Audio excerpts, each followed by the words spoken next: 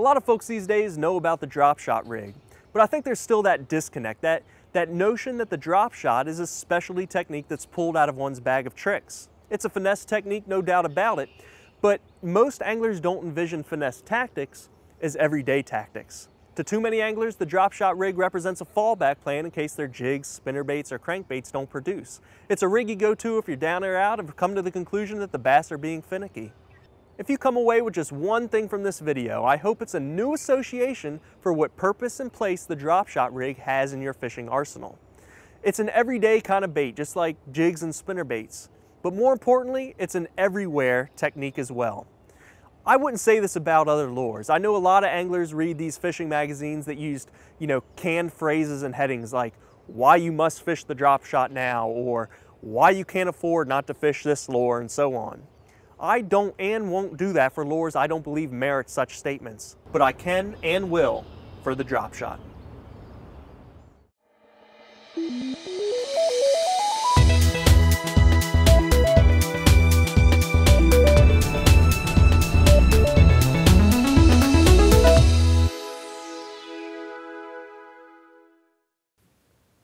Let's first go over how to tie the drop shot rig, because there's been a whole lot of arguing and hoopla over what knot is best used with fluorocarbon line, which is the only kind of line you should be using anyway. The big talk is that the Palomar knot is about the worst knot you can use with fluorocarbon line, because it cinches down on itself and breaks. So many pros have been heralding the San Diego Jam or the uni knots, saying they don't break nearly as often as the Palomar. While using these knots are fine, I personally don't believe the Palomar is at any more risk of breaking than these other knots, if it's tied correctly. While I haven't seen any scientific evidence, my personal observations have shown that the Palomar knot it works just fine and is just as reliable as the San Diego Jam or the uni knots. The key is making sure the Palomar is cinched down properly, and always wet the line before cinching it down. Ensure that the knot is seated properly, and always pull the main line and the tag end at the same time when cinching down the knot. And don't cinch it down too fast either, as that can cause friction and weaken the line. And when you're tying the knot, make sure your hook doesn't spin around and put a twist in the two lines. As long as you're careful in wetting the line and making sure it's cinched down properly, I don't believe there's any reason not to use the Palomar knot when using fluorocarbon on a drop shot rig. And remember, the tag end is going to come back through the eye of the hook so the hook rides upright. So remember to leave your tag end long enough to be used as a leader to your drop shot weight. There's really only 3 hooks that I use for 99% of my drop shotting. There's the number 1, the 1/0, and the 1/0 weedless.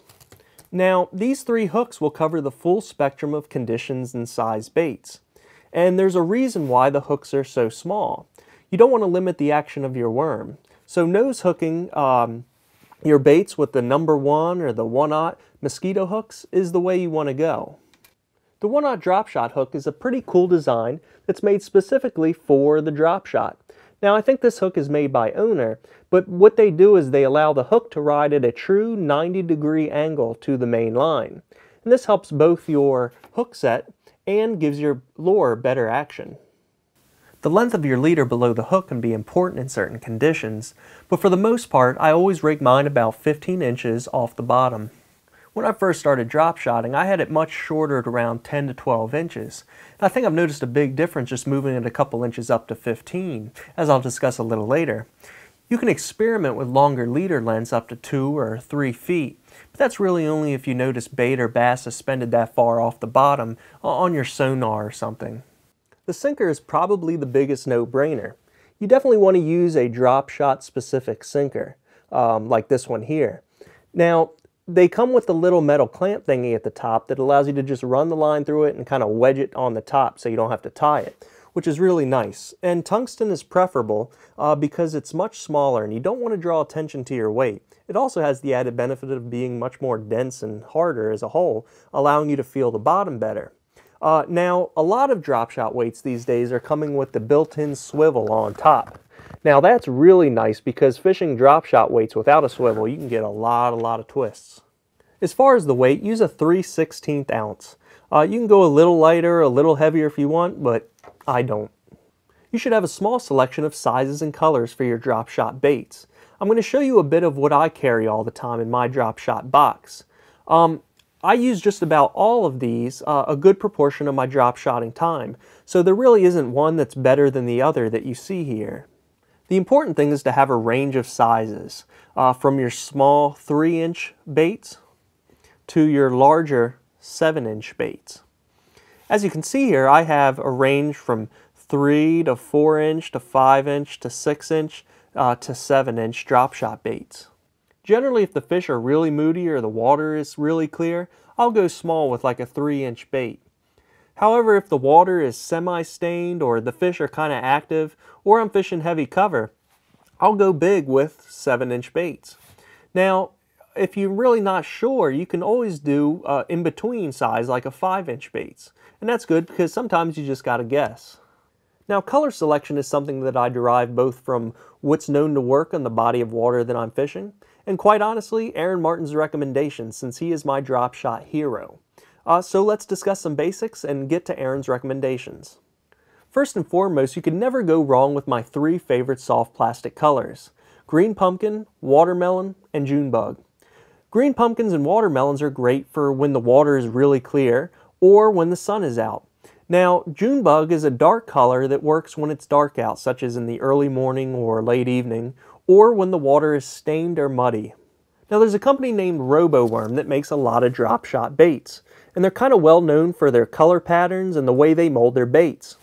Now, they're one of the most popular drop shot bait manufacturers, but they also have one of the best drop shot anglers on their pro staff, Aaron Martin's, and he makes recommendations as to what colors work great for various conditions. And I've been using his recommendations for some time now with great success, so I'm going to share those recommendations with you as well. Because I primarily fish lakes and rivers that don't have that super clear water like I've seen out west, my color selection's geared a little more towards regular clear and stained water, not so much ultra clear, since we don't get too much of that here out east. So for most situations, I've had success with 2 colors made by Robo Worm: Aaron's Magic and Aaron's Magic 2.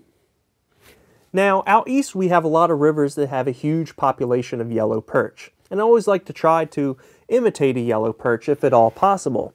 And I found that this Aaron's Magic 2 bait does a pretty good job. This one right here is Margarita Mutilator. This one's good if the water has some color to it or if it's cloudy out. And again, I still use the green pumpkins, the June bugs, the watermelons.